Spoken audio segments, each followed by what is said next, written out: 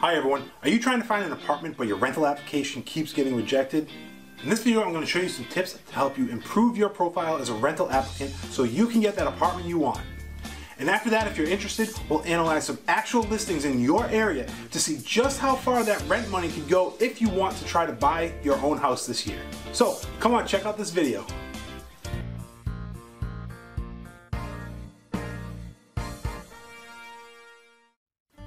First, landlords are not evil.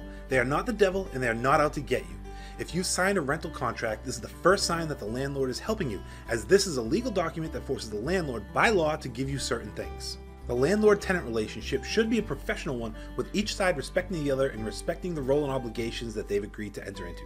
The biggest part of that obligation is to provide you with safe housing and to provide the landlord with the rent money on time every month. Do this and you'll never have a problem with this person. If you're having a hard time getting accepted as a tenant, I'm here to give you some tips on how to have your application accepted for the apartment you want more often than not. If you're currently a renter but want to become a buyer, I'll help you analyze the finances involved using real numbers from our market later in this video. Current actual listings in town show the average rents for 2 and 3 bedrooms as between $1,450 to $1,650. Of course, your particular situation will vary, and this is the average, so there are some lower and some higher. But oh my god, that's so high! I'd never pay that. That's a ripoff. Landlords are greedy. They don't need that much. They should give me the apartment for free because I'm nice. Yeah. We hear it all the time. Buyers of anything in life always think the seller is asking too much, but they never really understand what goes into these pricing models. But the market is the market, so instead of focusing on the negative, let's focus on what you can do to present yourself as the best tenant for that apartment. If you need or want to rent, that's great. Lots of great landlords have lots of great apartments out there. Let's discuss what will make your application stand out. First, completely fill out the application. All questions, legibly. That means neatly, so someone can read it. Have your ID with you and ready to be copied. Landlords want to know you are who you say you are, and don't show up to a showing without everyone who's going to sign the lease. There's no sense wasting time and having to come back later. Have at least your last 12 months canceled rent checks from your bank statement with you. If you're really serious about being a good tenant, you'll have this, or you can easily get it.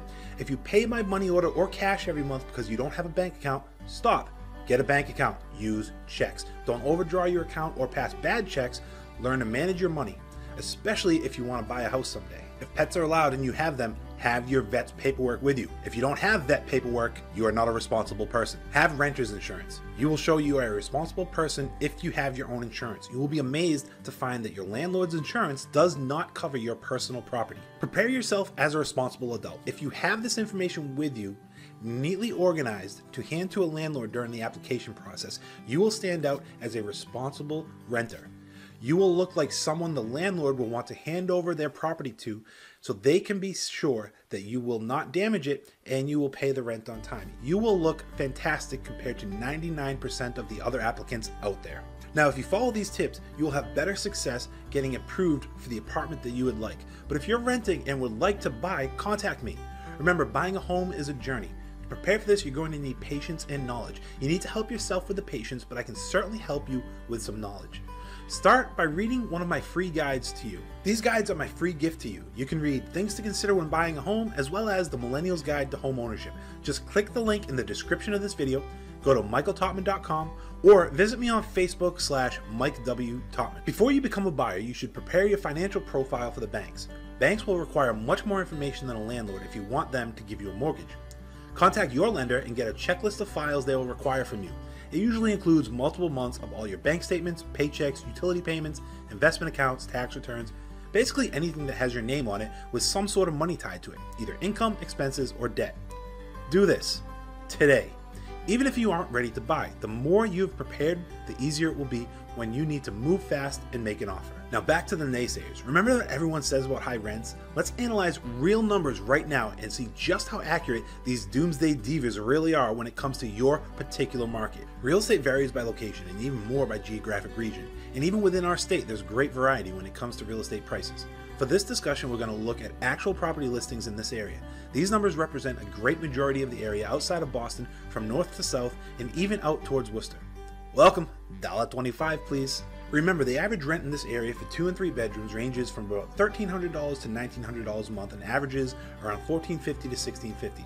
Of course, the numbers will depend on the property, amenities, etc., but these are the averages. Now, what do you get for this high rent? In addition to your living space, you get on-call 24/7 maintenance. Just call the landlord if there's an issue with your roof, heating system, hot water. They'll take care of it for you. You don't have to worry. In fact, you should always call as soon as you think there's an issue. Call right away. Landlords would rather deal with a smaller issue now than a huge disaster later because you were afraid to call out of fear they would blame you. In this state, you're well protected from any negative reaction, but you must report any issue. You'll get snow removal in the winter and landscaping in the summer, free of charge. And any other issues that happen at your apartment, simply call the landlord and he will magically fix it at no cost to you, assuming he didn't cause the issue. When you buy, you'll have to take care of all of this on your own, and trust me, you will have to deal with it all in the first few years. So let's address the statement, you could buy a house for what you pay in rent. Let's say you pay the average of 2 and 3 bedroom rents and call it $1,550. If you pay more or less than that in real life, adjust accordingly for this example. Can you pay for a mortgage with this amount? As the owner of the house, you'll have to pay property taxes, insurance, and depending on your down payment and mortgage, you may have to pay mortgage insurance to the bank. This is the T/I part of your mortgage payment. The first being P/I for principal and interest. We can calculate these amounts pretty easy if we know the purchase price of the home. The average of 2 and 3 bedroom homes listed for sale right now is about $290,000. This ranges from about $130,000 to $700,000, but this is an average.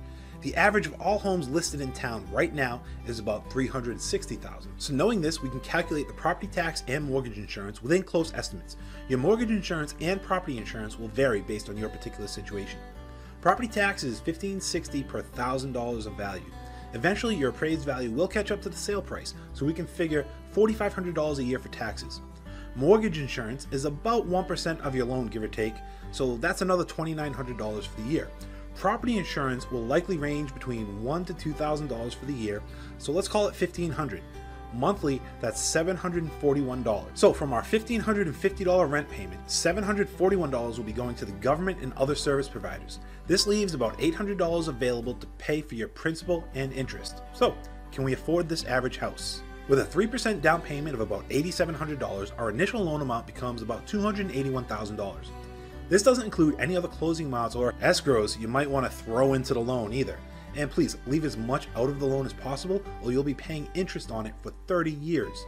Interest rates today are about 4.18% give or take, so we'll use that to calculate our payment using any number of available mortgage calculators or Excel. Plugging these numbers into our mortgage calculator for a 30-year loan tells us that the principal and interest amount of our loan will be $1,372.